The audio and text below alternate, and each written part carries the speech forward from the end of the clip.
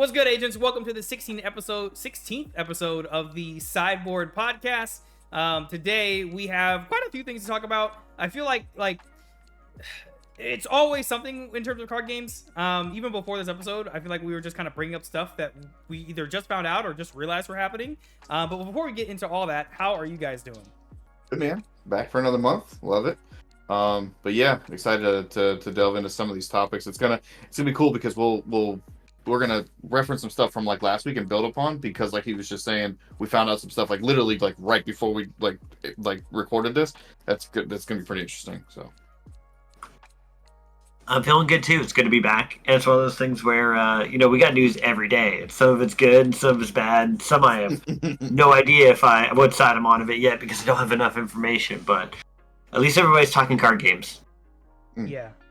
And speaking of just talking card games, and we're gonna say that you coined this term, the Fortnite-ification of TCGs, which is this idea of how it seems like every game is trying to have guest characters, or like that is the whole premise lately, is like this idea of mixing and matching of worlds.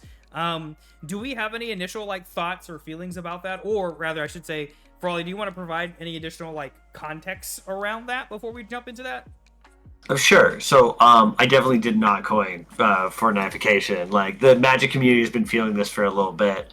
Having all of these universes be put into your game that you like is a really interesting concept that seems like it shouldn't work, but every time it seems to happen, there's like a level of acceptance, or like it brings in a whole new wave of people. So that's Fortnite-ification is the idea of like we're taking things you like or things that like other people like, and we're trying to mash it into something to bring new people in. So how much are we changing something from what it is, and versus like for like people who are in line with what it is, and then how many are new people who get on because here comes Fallout and here comes Doctor Who, and we got Avatar: The Last Airbender coming. So like, if you like that, you can get your friend in.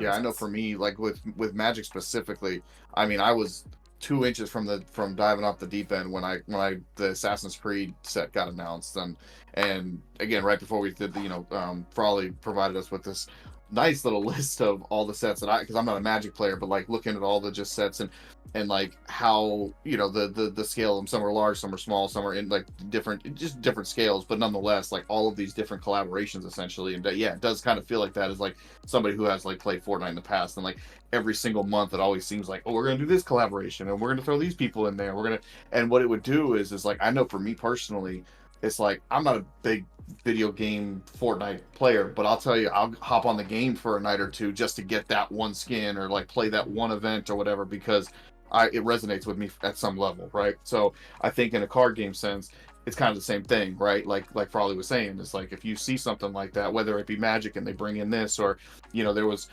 not necessarily, maybe we don't know how down the line, but like with Digimon, there's like talks of like we saw images of like Godzilla collaborations and things like that. It's like those kind of things really intrigue play, both on a mechanical standpoint of like what could that do for the game itself, but then also nostalgia, or like I said, something that resonates with you because you are a longtime Godzilla fan or Gundam fan or whatever it is that they're trying to incorporate. So I think it's good, but I think it's still one of those things, as always with card games, like especially Bondi, you have to tread lightly, right? Because it could go one of two ways. So yeah, it's interesting to me, like as a non-Magic player.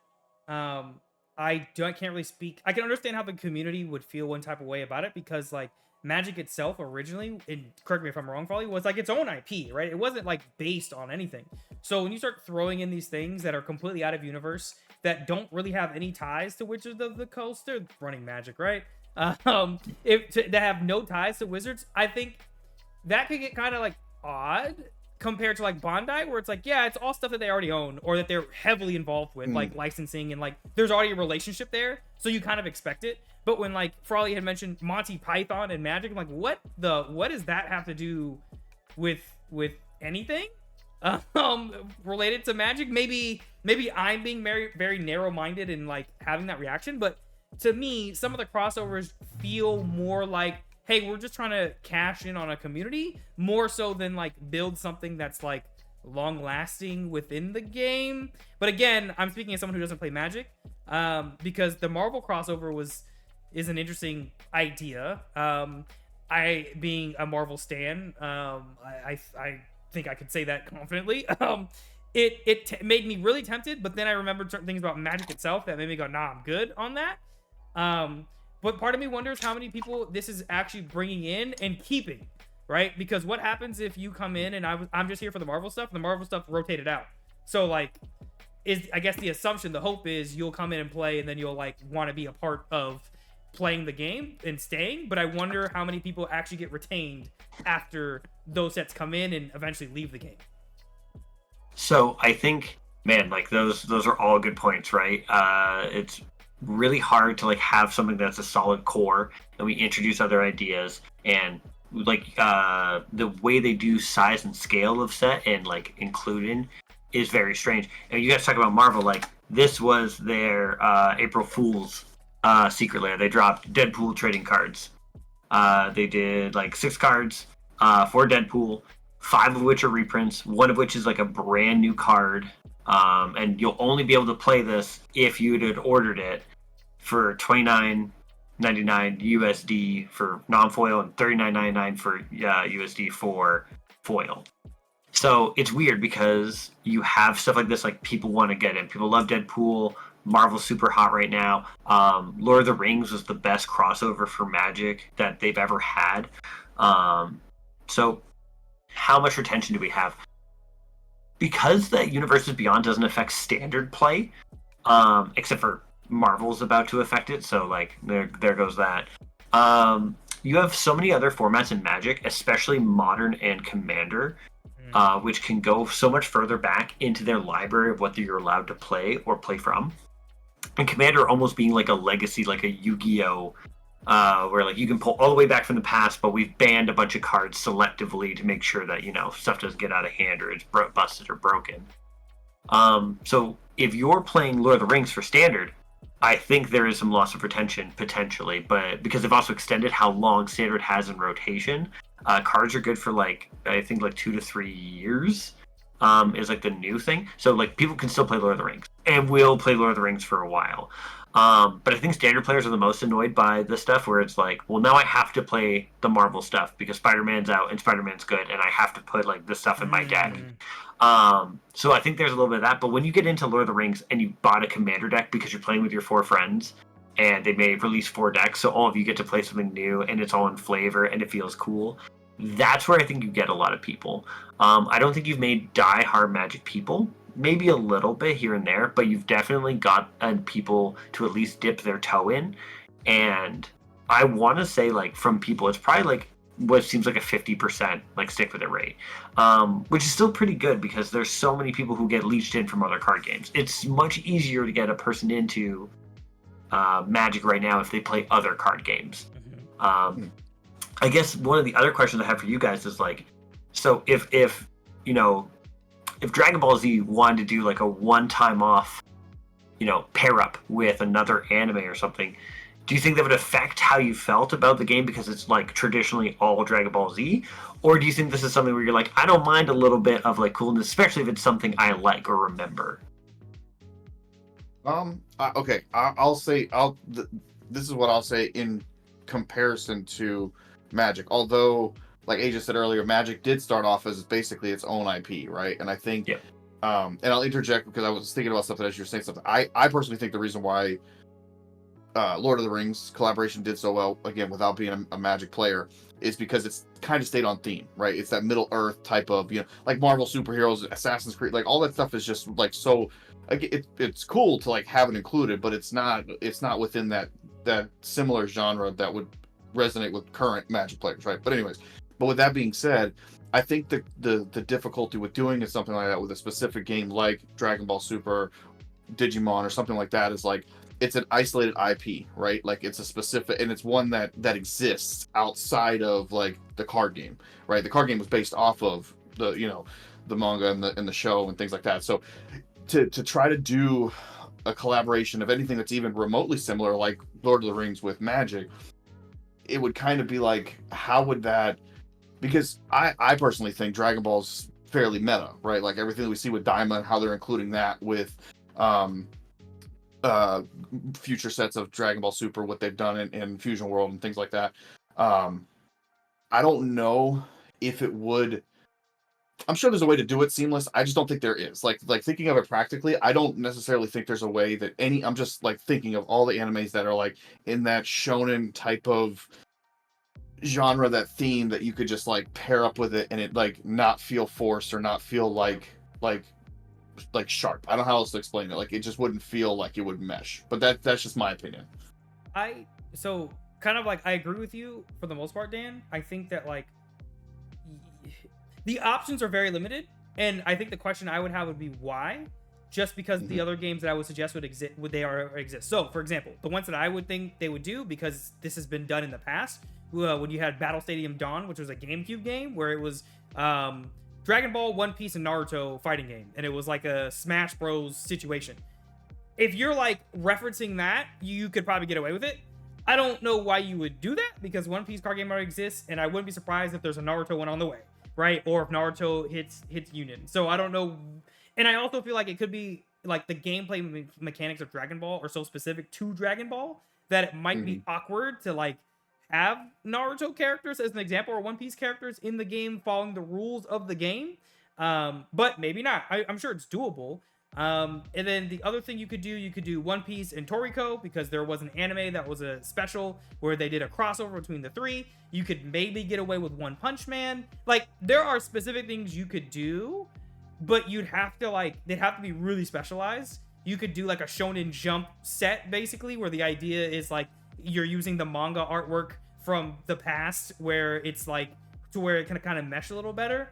But my counter to that, to what I even just said, would be Union Arena exists. So like you could just do that in Union Arena. So if they did it, like, I think it'd be cool, but I'm not asking for it. But like I would take it. It's more cards. That's kind of how I feel about it at that point. I do think it's unique, right? Like this feels like this Stephen King when he set up his one novel series, The Dark Tower, where it's like, I'm clearly going to reference every other universe. Magic was like, hey, we can open up planes and go to all these different worlds, and then clearly you leave yourself the multiverse option of like, well, what if they went here? What if they met Gilligan on Gilligan's Island? Like, Magic's just kind of free to do that. I think it would feel more forced in a lot of these, and a lot of anime games that do it, like you guys were saying, Union Arena, they build it from the ground up like that. Even Universes with Godzilla, right? So let's build a standard. Let us get like what cards are, and then they can all live in their own universe, and you can fight. I wonder, it feels similar though in the way of recruiting, of like getting a game though, or like a series you're interested in. I know for like Union Arena, I had zero interest, and then they were like, oh, Code Geass. I'm like, oh, you know what? That's an old enough anime. I'm enough of a boomer. I would love me a Code Geass deck.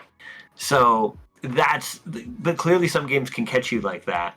But I find it funny with Magic. It reminds me of like World of Warcraft. I don't know what the percentage is, but like name someone who hasn't played World of Warcraft or like seen it or heard of it. It's almost like Pokemon saturation, where like, you know, your grandmother doesn't know individual Pokemon, but she knows what Pokemon is. Right. So Magic's just old enough, I feel like. And with these other formats, like for Commander, it's a fun format. It's supposed to be casual. It can go competitive. But you build a deck that you like with cards you like. It's got 99 unique cards that are supposed to be like in your deck. It's all handcrafted. So putting in these little things of like, oh, you already played this card, and now it's printed, and it's got Jurassic Park on it. And you're like, I love that. That sounds great.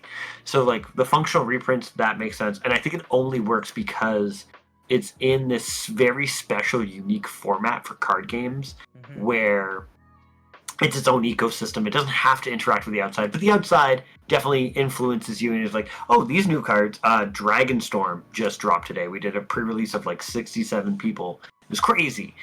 And just dragons everywhere. Who doesn't like dragons? So it's one of those things where you're like, well, I went to a pre-release and I played, and now I have these cards, so I'm going to put these in decks that I already have. Fortnite-ification, I feel like it's working because it keeps happening in all these other things.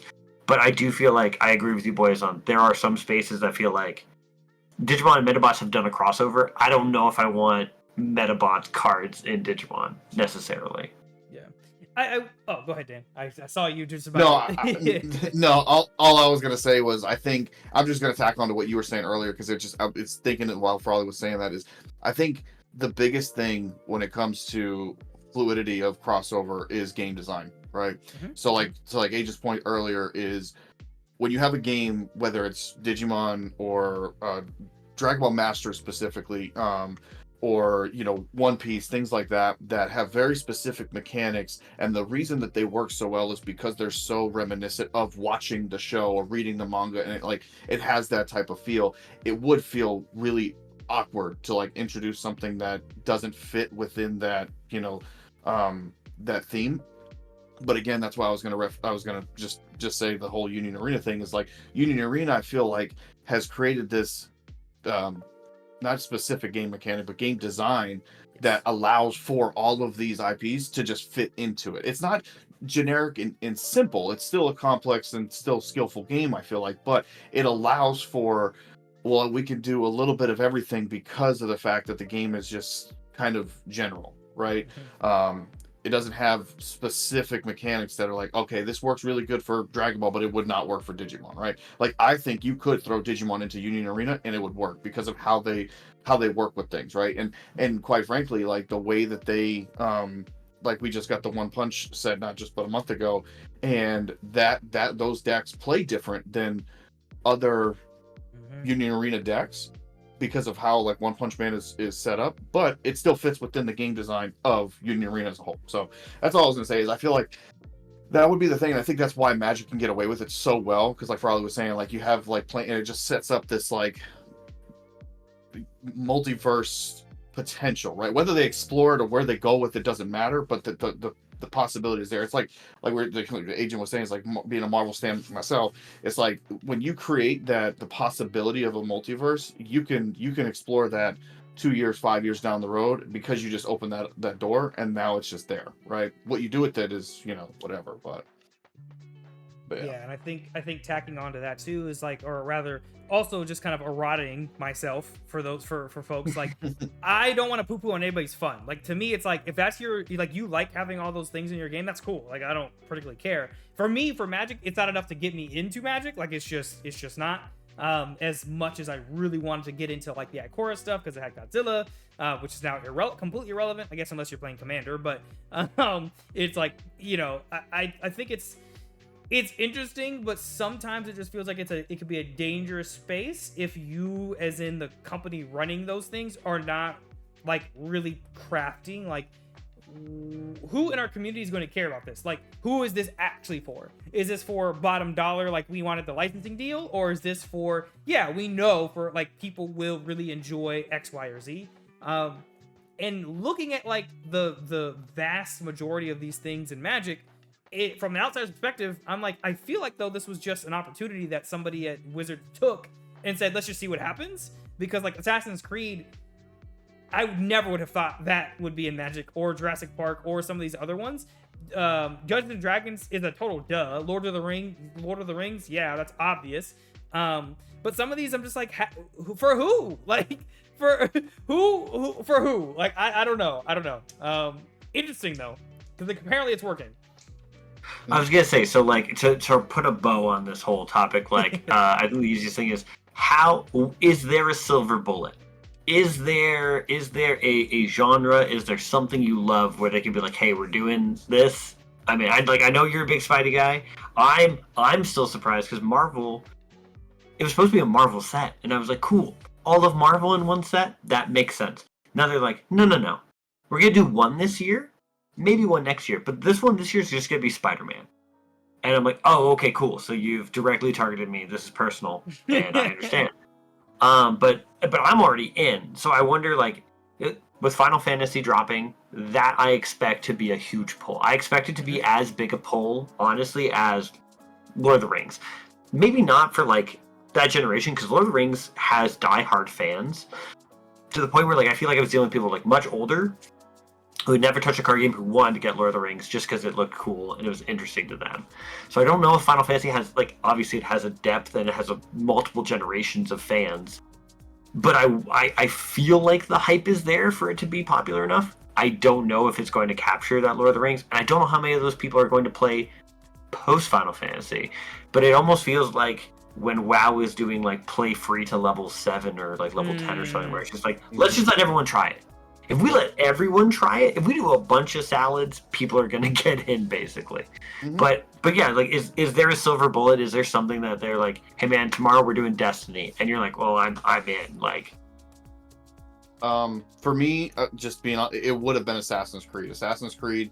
I mean, I've played that since literally. I mean, I bought Assassin's Creed 1 day one when it was released.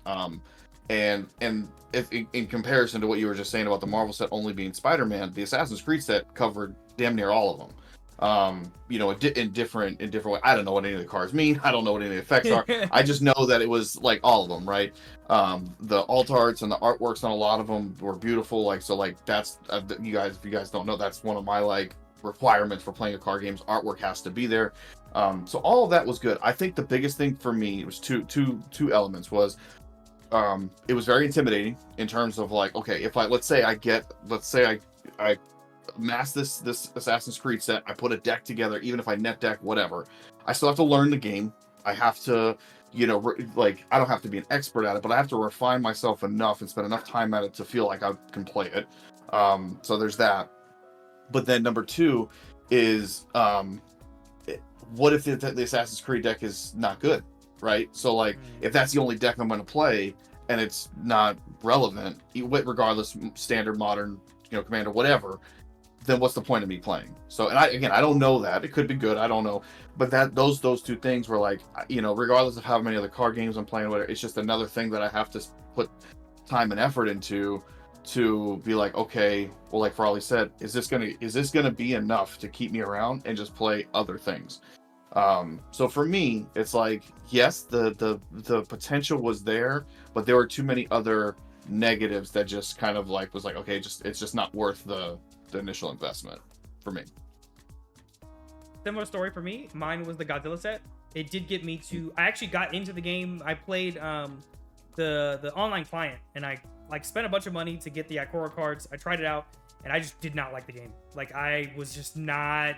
I'm upset kind of that I spent all that money virtually, because I'm like, at least if I bought it like physically, I would have those cards. But like it just didn't. Maybe it was just like it just didn't click for me, because everybody I tell that I tried virtually is like, that's the problem. Like you should have, you know, if you play like in person, it's a much better experience. Blase. But I was like, nah, dog. Like this is just the hand traps that I got hit with, and stuff. It reminded me of the game I was trying to avoid, which is Yu-Gi-Oh. Which I'm like, this feels like that right now, and it could just be maybe I'm trash, but like, no, I'm not doing that to myself. I'm not going from one game that makes me want to flip tables and fight people to another one for a different reason. I can just appreciate the cards are pretty, and that's kind of it for me. I don't know what it would take. Maybe if it was one of those things where I had like a group of friends who all were like getting into it at once, or like we had like one person or a couple people who were like veterans and they were like bringing people in, I could maybe get suckered in through peer pressure that way. But thankfully for my wallet, that has not happened. So, yeah. I mean, I really appreciate both of your guys' anecdotes, because I think this tackles part of the issue with even what Wizards is struggling with when trying to deliver these products of how do I invite people in to a game that people have put 30 years into and have like mastered some of the like intricacies of. I think you both nailed it. Like to draw my own anecdote, like I built a commander deck because I was hanging out with friends at like big events where we have like 8 dudes, and you'd have 4 people playing a card game, and it would take an hour, or it would take half an hour, and it would finish, and then people would be like, oh man, like we're gonna rotate people in, we're gonna rotate people out, and it was just this nice social thing. And I was like, you know what, I'm gonna build a deck just so I can participate, just in case people want to have a game. I've played a little bit of Magic, I would like to have that. And that is the gate that it seems like, is having a community, having people you want to play with, and especially Commander requiring 4 people. It also makes it like kind of more of a thing where it's like, well, I might get bullied, but everyone's going to get bullied. It's not just going to be me, right? Like I'm going to suffer. I had a game today that went an hour and like 10 minutes because there were so many wipes and back and forths that it was to a point where I'm like, I'm in top deck hell, and I just need to get out of this game. But the lottery system of like, but I could top deck it and win. Oh, I could find something nutty. We could pop off from here. No one has anything. There is stuff that I feel like has an element to the game. But I also appreciate both of you guys saying that, because like it is an intimidating thing to get into, especially if you don't have people with. And I don't like how Wizards drops all of their sets, or their Universes Beyond products, because the Warhammer, the Doctor Who, the Fallout decks are my all-time favorite way that they've done Universes Beyond. You get 4 different pre-constructed decks that have references to a game and to a franchise you love. And the idea is if you bought all 4 of them, you would have every single card in that set. They don't make a product to sell with it to then boost it like Lord of the Rings, where you have the main set and you have decks. You could buy 4 decks and be done. And I think that's the perfect Universes Beyond, because like you want to give people a deck that's competent, a deck that players who want to play want because there's powerful cards in it, but also I want it because it's Assassin's Creed or Halo or, Code Geass, I'm sure one day. or Goku. If I get Goku, I expect you guys to play Magic. I'm gonna be real. You played Fortnite because of Goku? I expect you to play Magic if you get wrong. Goku, okay? You are not wrong. Yeah. Okay. So, no, I do really appreciate that, though, because, like, I think it's hard to get people in, but I see, like, a fair amount of retention, but it's all based off community and, like, who you have. Because even I struggle with, like, building a deck and finding cards and having to dig through a whole history, and if you like that, man, do I have a game for you. But if you don't, you're probably going to bounce off, like other card games. So basically, going off what Frawley was saying, is like, for me personally, I like the couple games that I just recently got into, one being Union Arena, and then I played Star Wars for a little bit. Those games were easy to get into regardless of game design or whatever, because there wasn't that long history of like, oh my gosh, I have to go back and figure out all these mechanics. Like even trying to get into, because I'm playing Dragon Ball Masters now for what, 2.5 years, something like that. And even then, with that game being 5.5 years old at that point, whatever, there were still a lot of keywords that I remember Agent telling me this at the very beginning, is like there was going to be a good amount of research you have to do, because the game had been out so long that when you have a keyword, there's no description anymore. You can see it in some of the older cards, like, set 1, set 2, they would have like, double strike, and then in parentheses it would tell you what double strike does. But now all these new cards, like, double strike, people should know what that is. So thinking equivalently like that in Magic, it's like I can only imagine what type of keywords, what type of interactions, it's like that personally for me is what would intimidate me and kind of keep me off regardless of what set. And it's hard because this is coming from somebody who I just like playing card games, whether it's at a high level, events, things like that, or just with you guys, we just play in the Discord a couple nights a week. It don't matter to me, like I can play whatever. It's just trying to immerse myself in all of that. It gets overwhelming. I'm like, I don't know if I have the energy for it, to be honest. So yeah, that's real.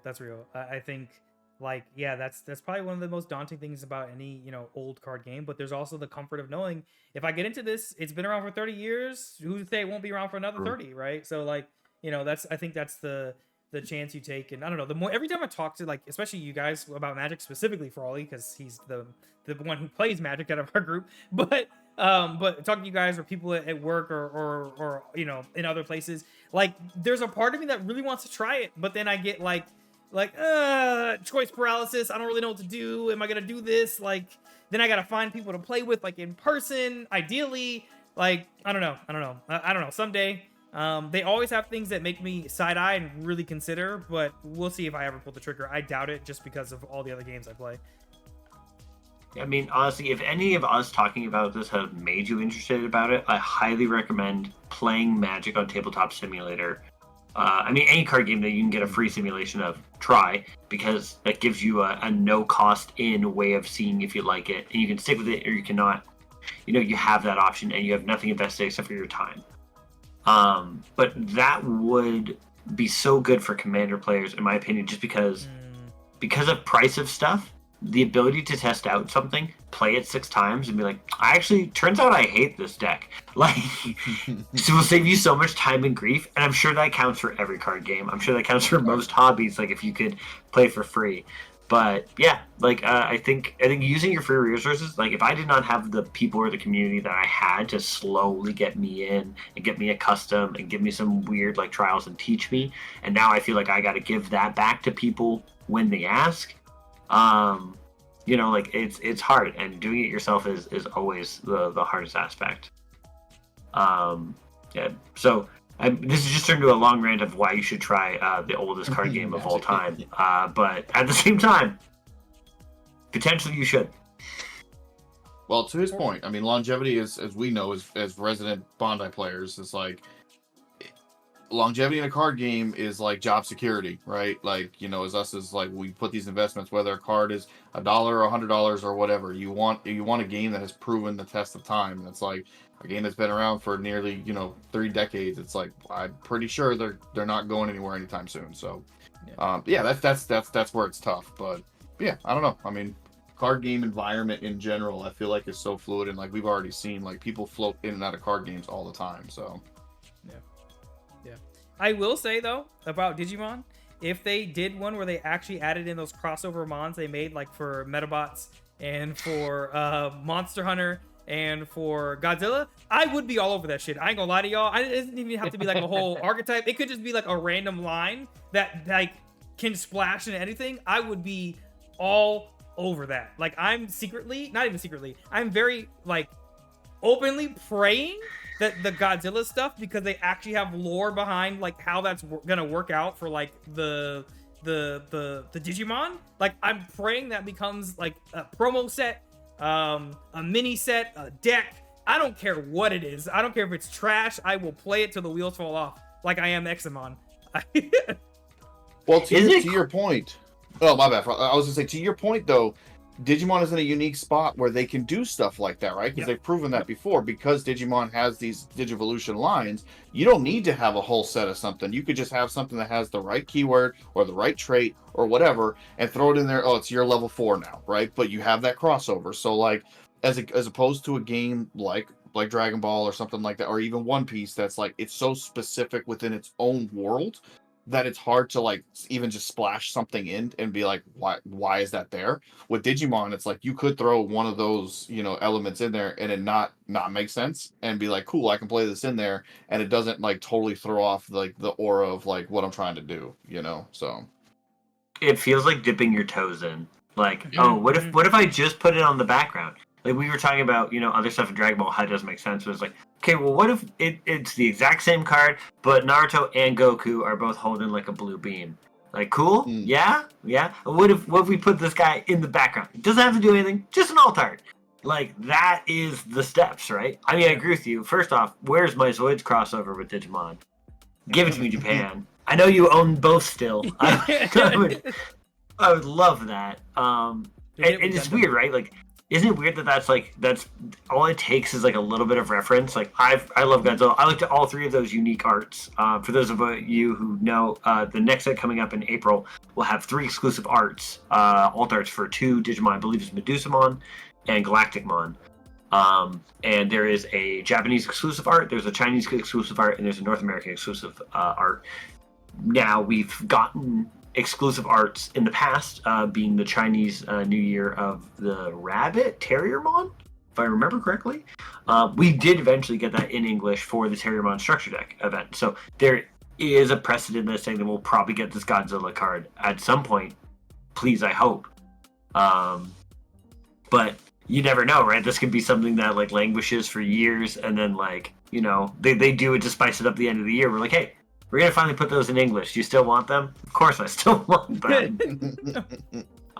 Speaking of like trying different card games, do you folks feel like you are big enough VTuber fans or League of Legends fans or Garbage Pail Kid fans enough to get into another TCG coming out? No, because we've got Gundam. You got I was gonna say, well, you gotta interject that. The first 2 that you said are a no. The Gundam was pre-planned. But League of Legends is a no for me. And I had the list over here. And the VTuber, no, I'm too old for that. That doesn't even like register in my brain. When people say VTuber, I'm like, what? And then when you say card game plus VTuber, nah, I'm good, Chief. But looking at some of the art and like the the stuff that it looks like it's gonna fall. I'm like, bro, I cannot confidently sit down at an in-person local, bust out my themed out mat, and play this game. I mean, again, no shade to anybody who does. What this is just me, but no, I could not. Gundam is a yes, like Agent said, like Gundam, I'm definitely gonna try. It's a Bandai game. It's very reminiscent of Digimon and other different mechanics of games that I played. So that's a definite. I personally am gonna try League of Legends. Admittedly, I haven't watched season 2 of Arcane. However, I really enjoyed season 1, and like I dipped my toes, if you will, in the lore, right? So at the very minimum, it's like I at least want to try. I'll get a starter deck Nice. at the very least, or like those kind of things, because I want to see, like, it's not a Bandai game, so it could be very the same way we got into Star Wars, Fantasy Flight, and I did try Lorcana from Ravensburger. It's like when you have a game that, for one, is a very unique IP, and then number two, it's made from a different developer than games that you traditionally play, it's going to play a lot different. So I'm just curious to see how the game plays. Would it be something that I can try, like Agent and I, we, one of the reasons why we got into Star Wars so much is because we would play Dragon Ball or Digimon or these kind of things. It's like the games are all fun, but it seems very similar in that regard when you play them. When we switched over to Star Wars, we played a very different game. The whole setup was different, right? The board, the interactions, everything, right? So for me, that's what League of Legends, I want to see if that accomplishes a similar thing. Plus the fact, I think, the artwork, and again, that's just a checklist thing for me, but I want to see how that, kind of all pans out. But yeah, I'm definitely going to try those two. But yeah, the VTuber one, sorry, dude, you lost me on that one. I can't do that one. So, like, full disclosure, I did try I believe, independent VTuber card game, which is Oshi Push, which the artwork is a lot more work safe for the most part, considerably across the board. And absolutely no shame to any of the VTubers in the V-card game, because if I was in your shoes, I would be doing the exact same thing and making some lewd-ass mats that were absolutely not allowed at the locals. Absolutely not allowed at the locals. I will say, though, I'm an older nerd now, because definitely if I have a cat girl mat, it's staying at home, I'll be real.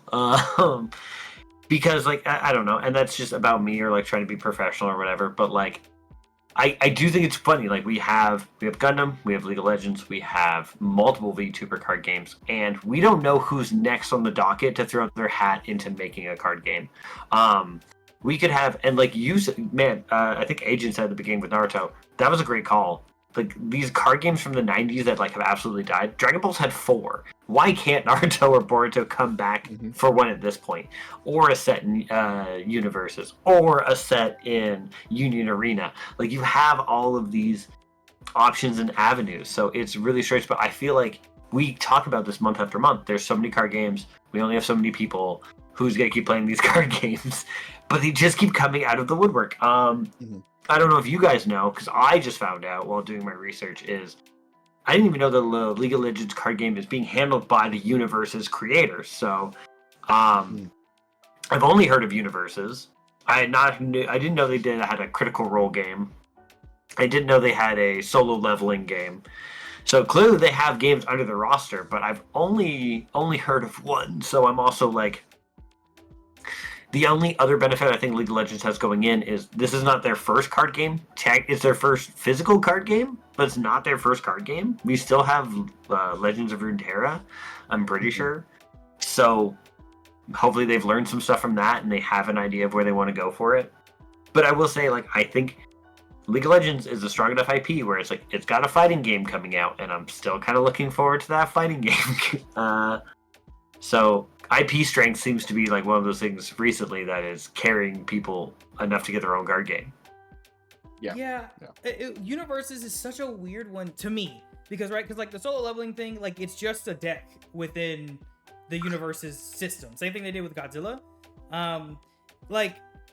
So I tried Universes because they had a Godzilla set, and I bought 2 Godzilla playmats, which are here somewhere. Yeah, one's over off screen, I can't get it, and the other one's it's fine. And then I have like the decks that I bought. I did pull like the equivalent of, like, I guess, like the secret rare alt art god rare thingy, I guess, which was this Mecha Godzilla, which looks pretty cool. I have that playmat. Yeah, that's the playmat I also got too. So I did manage to pull that. It was cool. But then I tried the game. It wasn't for me at all. But I don't regret my purchase. It was Godzilla. But I just don't like.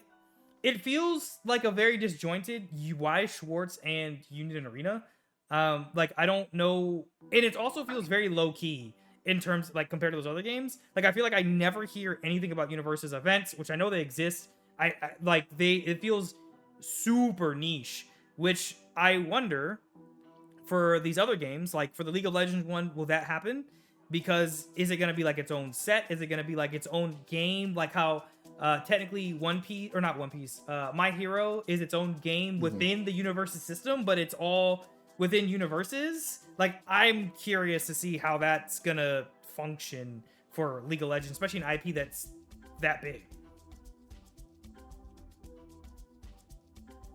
I mean, it's interesting, right? Like, do we get to the point where we have like K-pop bands who have like their own sets in certain card games? Like, what other things can push into card games as well and be like well received? Even to just even touch on the Magic point again too, like you're looking at what universes is coming next. Like, what goes in universes? What goes where? How do we keep these things moving forward?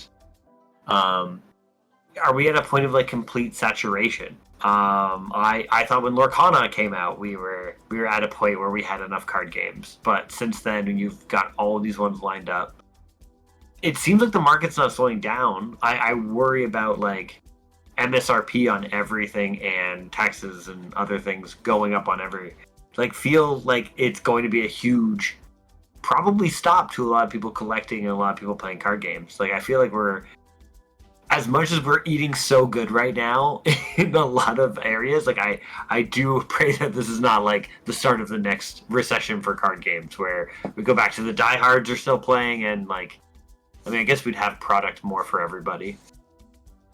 I without trying to sound like a doomsday advocate, I think, and I've been around card games, I feel like long enough now that I do slightly feel like we're headed in that direction only because of the fact that we have this many card games. I mean, Dragon Ball has two of its own, like, you know, and then you've got Union Arena who's talking about like pulling IPs that already exist as like other games, and like Agent was talking about this universes thing that like games exist as their own game, but like within a bigger like, which again, all this it's tough, right? It puts us in like us seasoned players and like Farley was saying, like the diehards that have been around card games, regardless of where it falls, it's like it's great for us because we have all these options. But I feel like what that ends up doing is it drives a lot of people off, because then it's like you run into the issue of, well, what do I play? I can't collect everything even though I want to. And then at some point people just get to the point where like, okay, this just isn't, I'm not going to do, you know, whatever, because then you run into an issue, because I've run into this. It's like, do I try to really invest time, money, and effort into this game because I don't know if it's going to survive, because there's been a history of games just dying out aside from, you know, the choice few that we know of. So it's kind of hard to also like fully buy into a game when you're like, I don't know if this is going to stick around. So I know that a lot of people who like, we probably don't have that issue as much because we just play all these card games. So we're like, we know something's going to be around. We'll just stick with that. Right. But these people who, like players that aren't as tenured or not as serious, and there's nothing wrong with that, but like they're just playing casually, they just want to hop into a card game, play with a couple friends, whatever, and it's like, well, what do they do if the card game, the one card game or the two, whatever it was that they got into, dies out, or, you know, kind of goes into it? We saw, you know, some people might have been Battle Spirit Saga fans, and we saw what happened to that over here. So it's like, I do think we're headed in that direction if we keep up.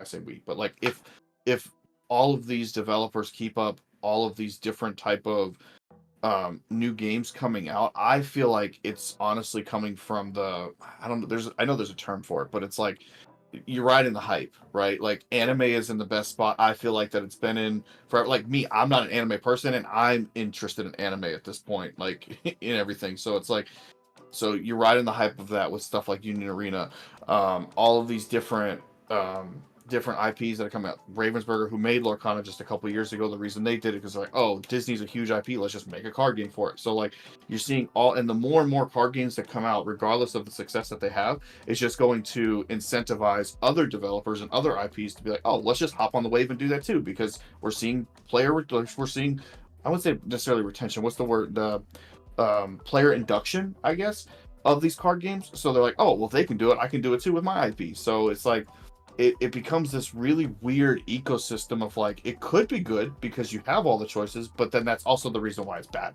So I don't know.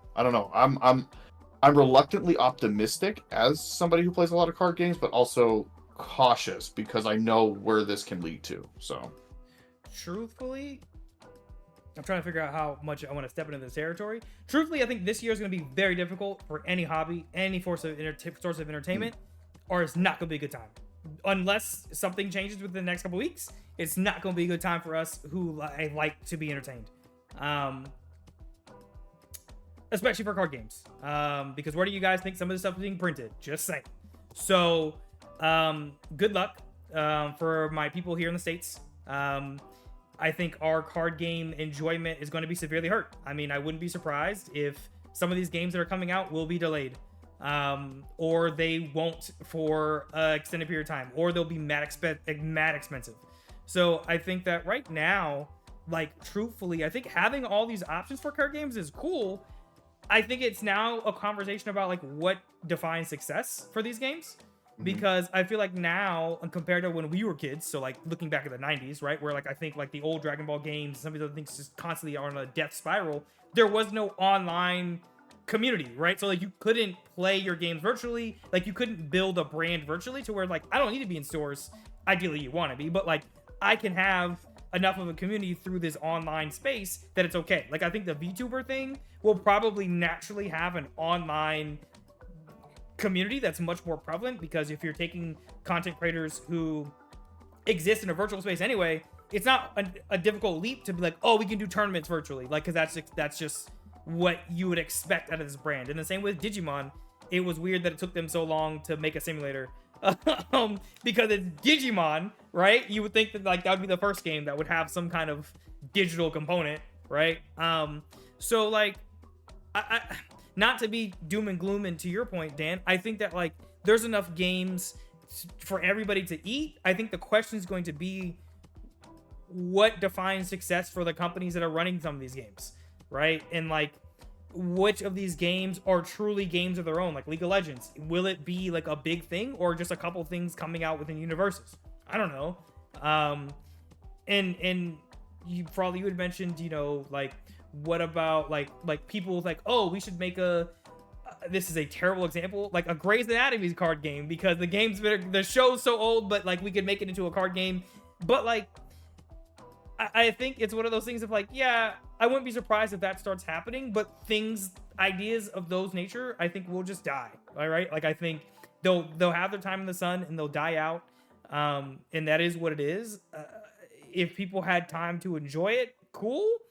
I think the card game industry as a whole will be fine, but I think that right now we're kind of in that weird place of like the .com bubble, right? Or like these things where like we are going to get oversaturated, and eventually it will burst, and the games that die are the ones that like they just didn't have the motion that they needed, and that's nobody's fault. It's just kind of like what happened. I like that Dan was like trying to reach for the word, and I don't have the word for it either, but we're eating so much space. We are like fish in a tank, and it feels like there's so little space for everything. Even like you say, like dipping your toes in with like, I'm going to get in on Magic because we know Magic's been around for forever. We'll do a small set, and if it does anything for us, it does anything for us. We can promote what's coming out. If it works, it works. If it doesn't, and then there are more ambitious people who are like, our brand is strong enough to have this thing, and we can do it, and we've seen that other brands can do it, so we can fit it in. The industry as a whole has always been like a super fluctuating scene, but it does feel more and more like there is running out of room for people to be unique or interesting or shiny, when there's always a new one around the corner, and every set that you're into or any game you're into is like only 2 months away from a new set and a brand new meta and all new card games to get your hands on. Like, speaking of which, like, do you think something like tournament schedules or like live events, like, is that what's going to make the difference between which kind of games get to stay around and what games fall? And also within that, when we talk about Bandai, it seems like space is becoming an issue at a bunch of these tournaments. And if Gundam follows Digimon's footsteps, I think there's going to be a lot of room at tournaments. But I feel like if Gundam follows One Piece, we almost going to have separate weekends for Digimon events, or like for any other events for Bandai. Yeah, I think 100%. I think that's always been the case, right? Like, um, as my original game that I got into have been Pokemon, right? Pokemon puts on some of the best events, in my opinion, hands down across all card games, right? Biggest turnouts, biggest productions, like the whole thing, right? That's what keeps them not just like propelled to the top, but like they've maintained that, right? So when you compare that to games like Digimon, Dragon Ball, One Piece, those kind of things, it's like they're trying to like get at that level, and I think for the most part like they have been. We were just looking at the tournament schedule for most of Bandai games, coming up, at least this wave one between April and June, and there's a fair amount of them, both online and offline, and I think that's good. I think what that does is for a game, because let's be honest, right? Like for card game longevity, right? The biggest component that drives it are competitive players, right? That's really what keeps it. Casual players are not necessarily in my opinion, what's going to keep a game alive. There's card games that are kept alive by collectors, sure, because like collector prices and things like that. But when we're talking strictly playability, most of it is going to be the competitive players, and I'm not saying high level. I'm not talking the top 1%. I'm talking people who like to go to these events, whether it's bigger regionals, online, offline, store locals, like regularly, like those kind of things. People who like to go play in some type of event, right? So I think with having those frequently and done well, I think is a huge contributing factor to game life. I mean, because at some point you kind of play and you're like, okay, I think the big question, at least for me, that gets posed is, what am I playing for then? What am I doing? Like, yes, I'm playing with my friends and I love that, like that's great, but at some point it's like, what am I gonna do? Because like if I'm only playing with the same couple people and we're only playing the same couple decks, it's like then at that point it just becomes a hobby, and that's fine. But then what happens with that? You take 3 or 4 months off, and so that's what I'm saying is like that's where the fluctuation comes in. Whereas like the steady competitive players stay in the game because there are regular events for them to do, and then there's equivalent payouts, right? I was just looking at some of the Dragon Ball Super Masters, like promo cards and even just participation, which has been historically, in my opinion, have been insane. Every time I get into a regional, I can turn around and like offload my participation stuff, and it's crazy. I know Digimon has been doing good stuff with that stuff too, so it's like, I think if they maintain that, yeah, I think these games are well enough to stick around. Yeah, I think adding on to that, I think that like it goes back to kind of what I said before. I think it depends on how the companies define success, right? Because I think the VTuber one is a perfect example. I don't think that's probably going to be fine, because I just think about the community of folks who would be like interested in that. That'd probably be fine. Like they can probably transform how games are done virtually, because they're probably most primed for that. Like that's already an audience that's primed to do that, because it's going to be led by presumably the content creators, right? Like presumably, right? Like you are now the characters within this card game. So the level of things that you could do to keep that game going, where you could have just massive, interesting online regionals, right? With like these characters and stuff. Like you probably wouldn't do a lot of that stuff in person, because that just isn't kind of the vibe of VTubing, right? It's like a whole virtual experience. So I think things like that would be cool. But I also, when I think about like scale, I kind of, using content creators as an example, you have the Kai Sanats of the world, and then you have like other content creators who are able to keep the lights on and have fun, but they don't have thousands of people in their chat every time, but they're still successful. I honestly feel like with card games, we're kind of getting to this point where that's becoming more common, where you have games that are crazy top of the top Magic and the big three, and then you have other stuff that's like, I'm trying to think of something that's not insulting of some of these games, but things like Union Arena, which is much more low key, but clearly successful, right? And I don't know, I feel like that chasm has gotten much bigger over the past 10 years than it was when we were like getting into games as kids or young adults or whatever. So truthfully, like, I don't know is my answer of like what will get to stick around and what won't. Like I don't have like a good um theory there. I feel like more things will stick around because there's more room for people to spend money, ignoring the other stuff going on in the world, like ignoring that stuff, but like to spend money and to be able to build community than ever before. I think that is going to be the defining factor of like what games can build community and what just can't for whatever reason.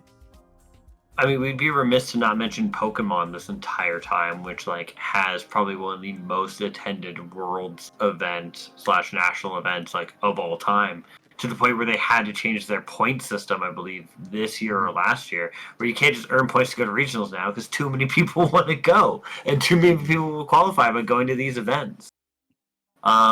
I think there's a really interesting point you also touched on VTubers, where like I didn't realize like the architecture of it being built in, as well as like you have built in maybe not commentators, but like it'd be very easy for like if you are at least for like the official ones like VCard, where you're kind of more owned by a studio.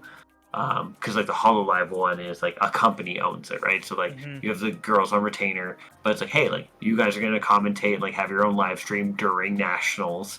We're gonna touch in on matches. We're gonna vote on who is like what deck is gonna win, like what VTuber will come out on top. Like you have that architecture built into it pretty easily.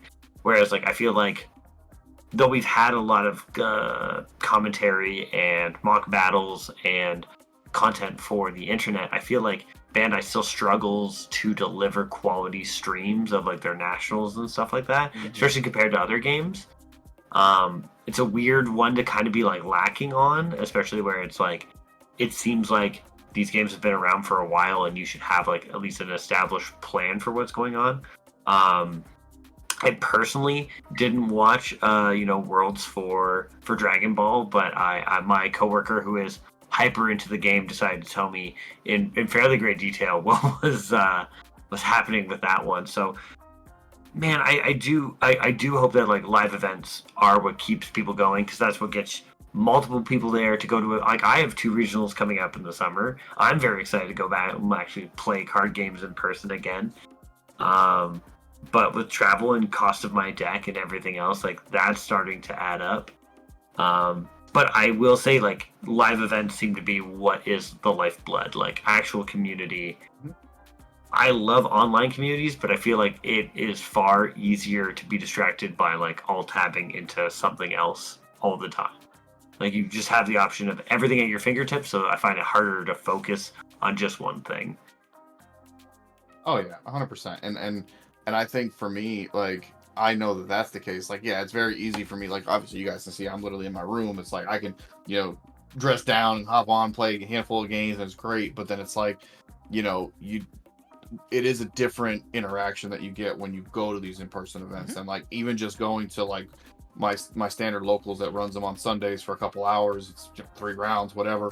I interact with people that like I've known for years, and like we just so it's like you have that. And then on the flip side to what Farley was saying, it's like I've been to a handful of regionals now, on a large scale, small scales, whatever, and you get a different experience there. So I'm actually gonna I'm gonna pull an agent here. I'm gonna errata something a little bit for me, because as he was talking, it's like clicking in my head that as far as game success for that, like I do think in-person events do have a significant effect on it. But to his point, because now thinking about the whole VTuber game, I do think it has a big the biggest impact is going to be intended audience, right? So like he was saying, it's like depending on who it's intended for. If it's not intended for people who necessarily like are going to be going to these in-person events, like let's say this VTuber game, presumably, then it doesn't matter. Like why do they need in-person events? They don't, because they're going to probably do something like this. So I think that's going to be the thing. But then to add on to that, then it goes back to what he was saying as well of what a company defines as success. So if they intend an audience that is going to do A, B, or C, and they do that, then cool, they've hit their definition of success. But if they do this, regardless of if in-person events are part of it or not, they're still got to look at it like a business, right? Because that's what they are essentially. Is did we hit our quotas? Did we hit our targets and like what we're trying to accomplish? Yes, great, let's keep pumping it out. No, well then maybe go back to the drawing board or scrap it or delay it or whatever we're going to do, because it's not working for what we were trying to do. So I think when you talk about, we said the big 3 games and some of these smaller ones, I think I'm just going to go out there and say this. no game is ever going to touch the quote unquote big three, right? Because they've been out so long that regardless of toxic communities or game mechanics or for different formats, whatever, those games have just been around for so long and they've got such a proven track record of success that games just can't come close. So when you remove those from that quote, like that tier level, and you start looking at these other ones, I think that's where it starts. Like you said, like you can look at that chasm and be like, cool, like there is that definitive difference. But let's say we, for the sake of argument, you take those away, and now we're just looking at these other ones who are all on similar levels. Now we can really start thinking of which ones are more successful, which ones do need these in-person events to stay alive, which ones are the competitive players really trying to like focus in on, because we've seen, like, you know, for a while people were doing Digimon, then all of a sudden One Piece took off, and now One Piece is like Bandai's top game, and then we don't know what Union Arena is going to do because it's still so new, but it's already gotten pretty good turnout. So it's like we see these ebb and flow. Mind you, that's just Bandai. Like we still have Lorcana, you still have Star Wars that's doing really good. Like all these other games that we're not mentioning really that do these things as well. So I think in-person events, regardless of size, is just I wouldn't call it necessarily the lifeblood, like a game needs it to survive. I just think it's a crucial element that helps games be as, because we keep talking about this every episode and it is very relevant, is the community, right? So that's how you do it. So again, it's the intended audience. Is it more online? Is it more in person? Is it a combination of two? Do you need a digital client? All these things kind of go into that, right? So that's why I mean, personally, I think. Yeah, 100%. I like the idea that if you got the big three, fourth place is really first place.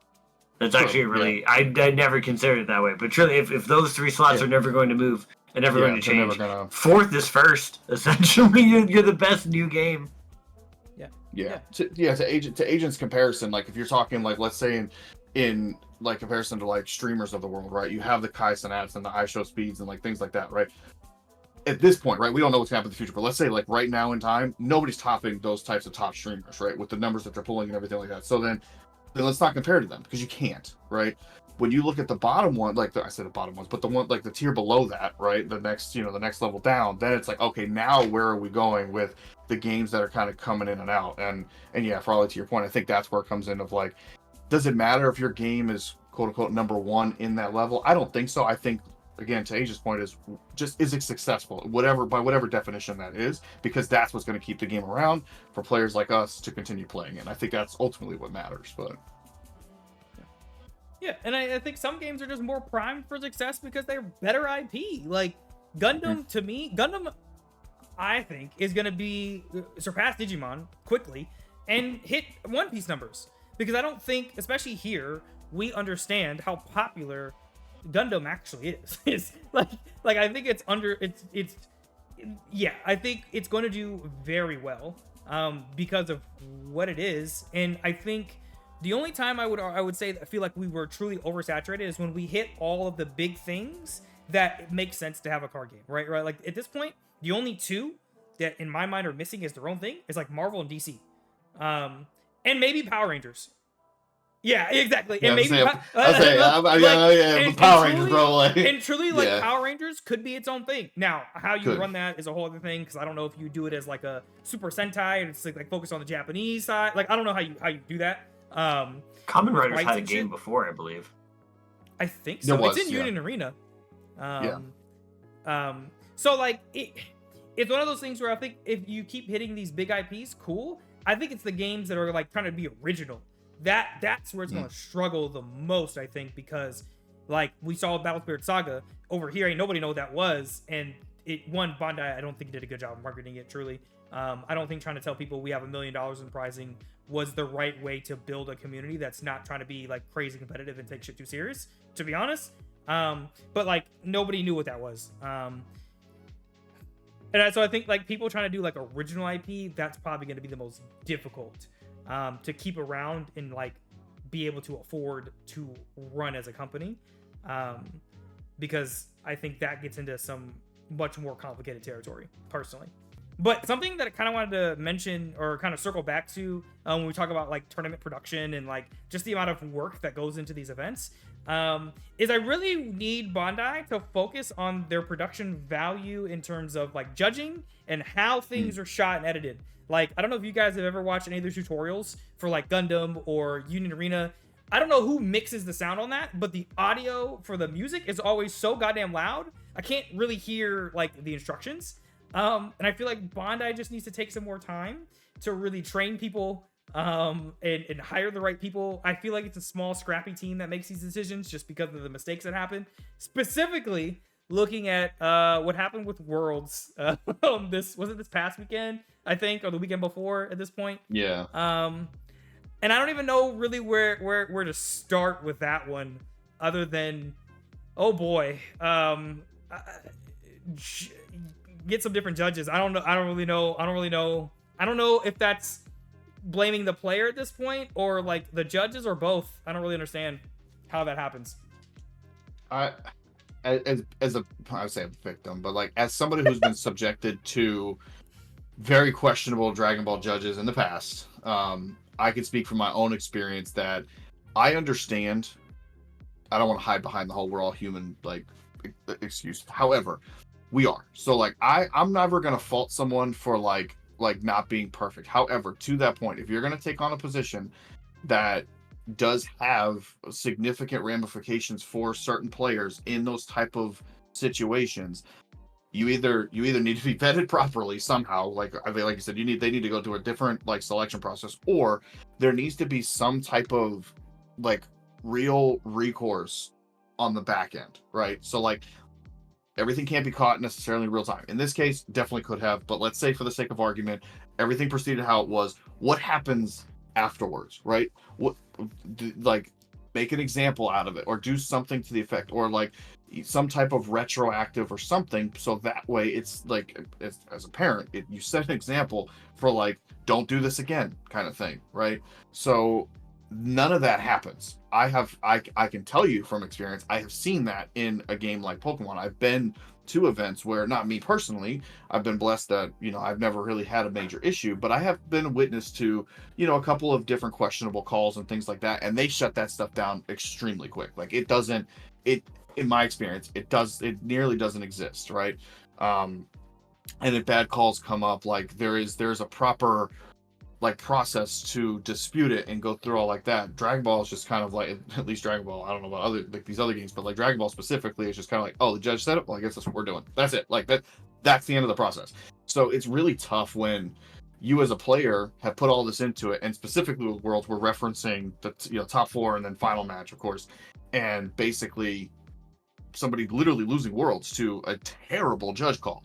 So it's like, how as a player can you genuinely be like, oh, I got completely mulled over by this, but I'm going to go play a regional next week? Like, that's a really like defeating feeling of like, man, like, do I really want to continue when, especially when you don't see like, okay, cool, let's say same scenario, that whole thing happens, but then you as the player that got screwed over, see, oh, well, they did this to that judge, or they're going to do that, whatever. It's like, okay, cool, I didn't get whatever, but at least they're trying to make changes. Like, you can try to look at the upside, right? But that didn't even happen. So it's like, yeah. I do want to add for context too, because I just realized, like, describing the situation just very lightly. In one of the first games, it was I can't remember the matchup. It was the Nova Shenron player versus someone else. The Nova Shenron player made a misplay, and instead of like a round loss or game loss, whatever, they reround the game state, I think like 10 minutes, and putting that player back into an advantage position, which that to me is already like mind-blowing. Like, I don't even know who would think that's an okay call. Like, I don't understand how that's even remotely an option, considering the fact that in Dragon Ball, like, I don't remember what happened within those 10 minutes, but like, I imagine there was a lot of drawing. I imagine there was a lot of like things with life, because like in this game with Dragon Ball, like there's a lot of variables that can happen. So now there's so much card knowledge between the two players. I know what this person's like deck probably does in terms of like negates and options. Like, the idea of doing that in a game like Dragon Ball is absurdly mind-blowing to me, because it's not like Star Wars to where like your board is pretty much the same, right? Not saying they should ever do that in Star Wars, but like if you were around 5 minutes it's probably not going to be as painful as a game like Dragon Ball or Digimon, any of these Bandai games where the board is in constant flux every second. And then in the following game for finals, that same Nova Shenron player was playing against, there's a Blue Bojack. The Blue Bojack player made a misplay and they got a game loss, like instantly. There was no rewind, there was no nothing. I don't know if it's the same judge that made this call. I don't know if it's two different judges that made this call. But the fact that this could even happen and that there wasn't like an official, like who works for Bandai specifically, that like could say, no, we're not doing that, blows my mind. Because you would think at your Worlds, you would have somebody who is like, I get paid from Bandai, I go to Bandai immediately, like I work, like, I don't know, like thinking of other games where they have judges that are like refs at this point, like they are like interwoven into the company in a much more pristine way, is wild to me. And for it to all be on stream, I think that's the other part that completely blows my mind, of like, that was all, it's gonna live on forever in infamy that this thing happened.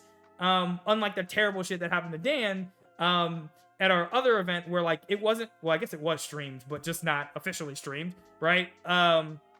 It just, I don't know, I don't understand how that could happen. I mean, we talked about Magic, we talked about Pokemon. These kind of like, people have been around for so long, these companies have been around for so long, they have level to judges. So you have like judges who can do locals, you have judges who can do regionals, you have judges who can do nationals. And I understand that you're not always going to have someone super knowledgeable, but to not be able to have people on call we have having a call like this happen round 2, though it seems like an extreme call, like seeing calls like this in like round 2 early, not on stream, stuff like that, not to say it's forgivable, but I could see it happening a little bit more likely than when every eye is on the final game. That's one of the things I think that draws this into such a bad light, is that this is supposed to be the finals. Like, we are going semifinals, we are doing finals. Tough calls have to be made as judges. People have to make assertions. Like, there unfortunately always has to be a call, and there's always going to be a bad guy at the end of it, quote unquote, depending on what side you're on. But it is strange that, like, normally at that point you have a team of judges, you have head judges, you have like, hey, I'm trying to make this call, but even I don't know what to be doing in this situation. I need someone to turn to, as opposed to like, no, we're live, we need a call, we need this to be figured out. Having people vetted properly is hard to do necessarily, but provided you've done stuff or you've participated with these people before, or you've completed several letters of judges, I think you need more of a council than you need like one person being able to make calls on that. I've done the judge program for Digimon myself. I have not completed my like level 1 of judging, but like seeing how it's run and how it's done, there is like a level of prestige to this. But I feel like other games just have so much more invested, and Bandai seems to prioritize some of these things a little less, and I feel like they struggle for it. Like, being able to watch finals for Pokemon is so easy. There's multiple streams, there's official streams, and they really capture it well. I think this is, like we said earlier, with growing pains, but you have so many games and you have so many like things. You better be ready. And if one happens at one event, pray that it does not happen at the next couple. Or I bet that was the sandbag signal, essentially, of like, oh, we might have a flood. Oh, you know what? Like, for the next event, we're going to have to double up what we were doing, because doing it at half effort really screwed us on this one.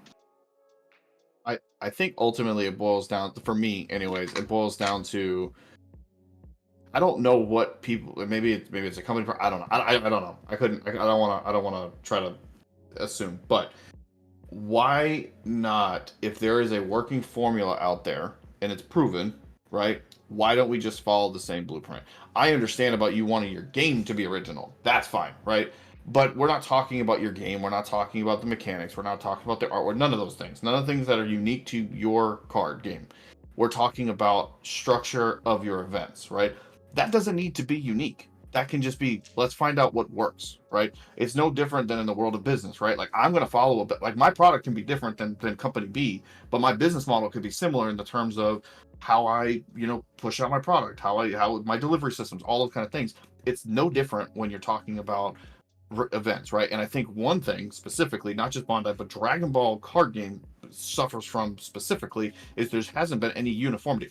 Age and I were just playing the other night, and him and I, he's played a lot longer than I have, but even him and I who've been played for a while now, we had to sit there and like look up a certain interaction because we're like, the way that just the card is written is like, there is no like definitive like, well, I could see why it would be this way, but he could also see why it was that way, and like both of us seemed right, but then there was a specific route. So it's like, okay, well, if you're going to have that because that's just how you design your game, then you have to, like Farley was saying, you have to have these level of judges. And I think personally it's like, and sorry for the person who's get put in this position, but have a head judge, have someone there who you put the responsibility on to make those final calls. I'm sorry, the whole like when they're like, oh well, it's being streamed and we have to make it as it, bro. I've sit and watched a Pokemon stream at a regional, and they sit and hold that stream match up for 20 minutes because they want to make the right call on, hey, let's make sure we get the right interactions, and let's see, and like, because they don't want to short any one of these players, unjustly, because, oh, we just have to make a call in the moment and let's just keep the production moving, right? Because what are us as viewers going to appreciate more? Continue quick gameplay at the expense of shorting a player, or getting the right call and saying, okay, the integrity of the event can continue how it's supposed to, rather than saying, oh cool, we just went to the next game quickly, right? Because what's going to be talked about more afterwards? Oh, I had to wait 20 minutes for the next game, or dude, did you guys see what happened in the finals at Dragon Ball Worlds? That's what's going to be talked about more negatively. So yeah, man, I think vetting a better judges, maybe having, I don't know, man. I know, like you said, Digimon does, but having a more fine-tuned judgment qualification, I don't know what they can do. It seems like to a certain extent, and this is just me being crass, I think it's just a lack of care. I think like there's no way that you can just watch what happened and be like, oh, okay, well, they tried. Like, they're really trying. Dude, there was no effort put to that whatsoever. You had two identical calls. By the way, and what made it worse, in my opinion, was that you benefited the same player on opposite ends of the coin in both matches. So what is, again, we're assuming, because that's all we can do is infer, because we don't know the backstory, but, like, what also do us as players infer from those interactions, right? It's like, well, I guess they really wanted this Nuova player to win. Like, that may not have been the case, but you create these narratives, too, that also...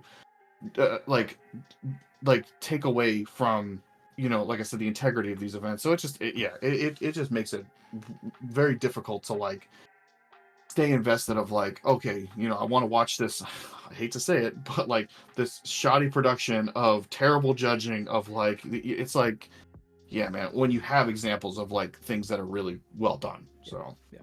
Well, I think too, like looking at this example in particular with this, like this whole thing in general, it's like, this is also what happens too when you let your TOs run almost everything, right? Where it's not like, again, like this should be your production, right? This is your world. It's like your people should be the ones running this event. Your regionals, I think the same should be true. But like, if you need to pick one event that's like, we can't F this up and we need to make sure we are doing the best that we can possibly do with the resources at hand, Worlds is that event. Right? Like that's the event that needs to be held to the highest standard. And this just was held to like, it was like a regular ass event. It was treated like it was just a regular, almost a locals, right? At that point, like, like what is, well, hell, even at a locals, it would have been better. People would have just been like, it's fine. Just run it back. And we'll just, and it's wild to me that like anybody would just think that or do that. And I understand, like having been to Nats a couple years ago, like I get like things sometimes they get a lot of pressure, as in the people running these events, you can tell like they're stressed the fuck out. I remember when the whole buy round thing that me and a bunch of other people were supposed to get, and like they didn't factor them in. So like me and Rick went up there to talk to get our buy, and then one dude told us, oh, you're good, you don't need this, that, and then come to find out we weren't good, and this happened to like 30 to 40 other players. So then they had to spend like 20 to 30 minutes like redoing everybody's buys, and they weren't going to give them to us. They were like, no, you just have to play. And enough people were basically like, F that, we won't play this game, fix this, we earn this, that they had to fix it. And they were willing to die on that hill for like a good 20 minutes. And I think that's also part of the problem with some of these Bondi, how they run these events, is like they're trying to be so by the book, but there is no real book. You know what I'm saying? It's like one of those things where they're like, oh, well, this is what we said, so we're just going to go with it. Even though we made a mistake. But because we said this thing, and even though we made the mistake, we're going to stick to whatever this Amalgus rule is. And I think that, like, they're just flying by the seat of their pants, but the game's 7 years old, so I don't understand how that's the case. Like, if we were in year 3, cool, but we're 7 years deep into this game, and you don't have this figured out, I don't understand how that's a thing. But, you know, is what it is, I guess. No, lack of polish on a regional. What? I said slight errata 8 years this year, so just to amplify that a little bit. Yeah. Eight. Just so you know, Yeah. we're almost on a decade of this game. So, but yes. Yeah, like it just being flipping a test is one thing, but flipping your final is something completely different. Is pretty much like the perfect, I think, banner for that. Where it's just like, come on, like if this happened to anything else, we'd have him hars, we'd have like this, but like to have it at your grand event is just an extra nail in the coffin for unfortunately like your overall production or what you're going for. And I hate to say like outsourcing for these because like I love Carta Magica up in Canada. They're the only reason we have Dragon Ball. They're the only reason we have Digimon in One Piece. So, you know, like bless them for doing everything they can do to get these regionals, but like we talked about this, I think, a year ago, maybe more so, where we were like, man, I hope Bandai, when they brought out that other company to like run TCGs, was going to try to find an infrastructure and try to find a way of doing this. And it does not seem like that is where any of the resources went. And that it was much more about like what markets and what pools and what sells and how do we keep moving. Like, I'm glad we have a tournament schedule, like we talked about earlier, for like how many in-person events there are, but I wish there was more, and if not more, like I just wish that they are like positive overall experiences, or like you know, like no one wants to go to something, be disappointed, and it's gonna happen from time to time, but like we could be doing better. And like we are at the numbers of like One Piece as big as it is and Gundam as big as it is, where it's like you don't want to flub what you're setting yourself up for, because you have these great things that you're currently dominating. You're making waves in the TCG market, and like to stumble here would suck. Yeah. And I understand that the judges, like, they travel and stuff for Bandai with the way they do them, and like I get that, and like I just think that I don't. And they're know, volunteers most of the time. Yes. So like I understand that, and like I, you know, that's a whole other thing. But I do think when it comes to Worlds in particular and like Nats, like there's a higher level of like, hey, I'm the community manager and I'm gonna be here like helping run things and make sure that like everything runs well in our event. Cool, great. This person can also like understand like what are people talking about? Why is this an issue? That judges may not even be like, they may just be too focused on like the game. They're not focused on like the larger conversation, the larger ecosystem that's happening here. But yeah, it's just so disappointing. It's one of those things, and I said this to Dan, like it's one of those things that makes me go, damn, do I really want to go down the competitive rabbit hole for DBS? Because like if I was in an event like, well shit, I mean this basically happened to us at our 3v3, where you're like, I don't know if I want to do this again. Like I don't know if I want to go through, oh, judges are friends with these people, so like now this is mad awkward. Like I don't know. It's a very weird dynamic, I feel like, with a lot of these Bandai, specifically Dragon Ball, aside from the fact that, for those of y'all who have been around forever, for the Digimon event, we had to play with somebody who their mic wasn't working, and they made us play through type, and then I lost because of that. So basically, we ran out of time because the judge wouldn't just DQ him, but it is what it is. That was fun. Yeah. I'll boil it down to this, man. Like I give grace to the people, like, because I'm not gonna sit here and say that I can do a better job judging. I understand it's stressful. I'm not gonna sit and say it's easy. My brother is a judge for judge and TO for Pokemon, and like he's talked to me a lot about, because we used to play competitive together, and then he's kind of transitioned into that role.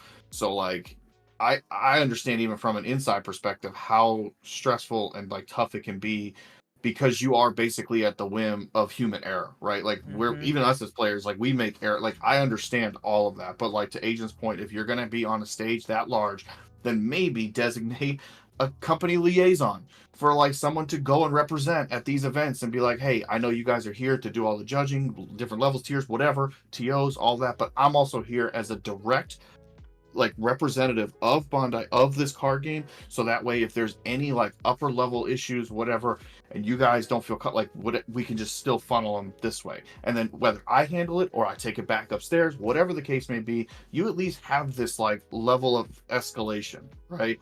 Versus what we've typically seen, where it's this is the judge ruling, let's just go to the next, like, and you can't have that. So